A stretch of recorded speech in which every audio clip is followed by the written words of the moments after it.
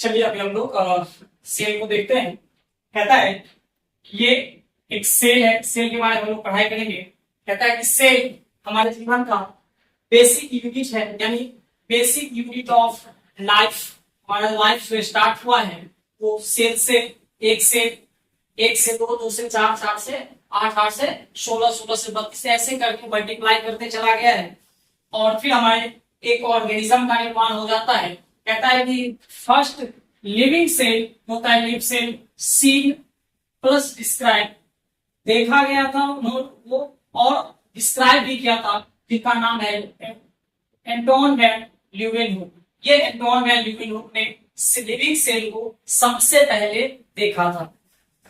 अब बात करते हैं कि सेल को, जो ऑर्गेनिज्म, सेल से जो ऑर्गेनिज्म बनता है वो ऑर्गेनिज्म कितने टाइप के होते हैं। तो दो टाइप के, एक यूनिसेलुलर ऑर्गेनिज्म होता है, एक कोशिकीय जीव, दूसरा होता है मल्टी सेलुलर ऑर्गेनिज्म और कोशिकीय जीव। ठीक है, यूनिसेलुलर ऑर्गेनिज्म कहता है unicellular organism capable of independent existence.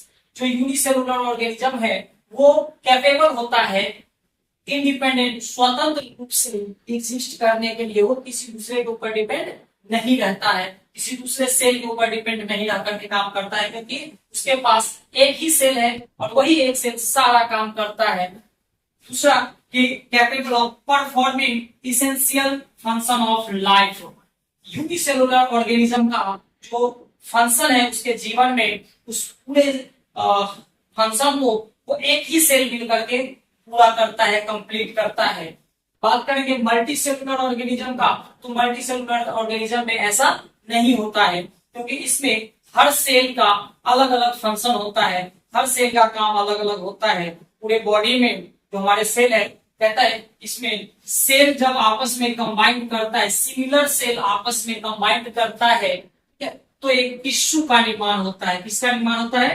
Tissue का निर्माण होता है। और जब टिश्यू, ढेर सारे टिश्यू सिमिलर को कंबाइंड करके ये ऑर्गेन का निर्माण करता है, ऑर्गेन बनाता है, और ये ऑर्गेन मिलकर के ऑर्गेनिज्म का ऑर्गेन सिस्टम,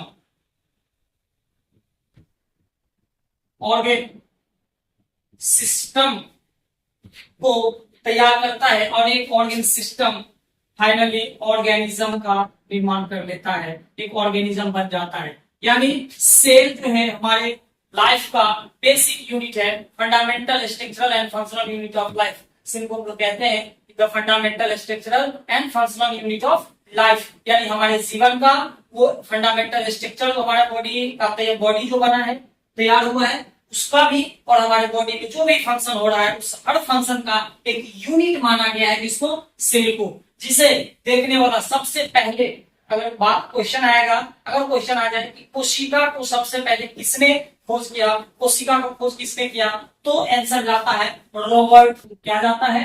रॉबर्ट हुक।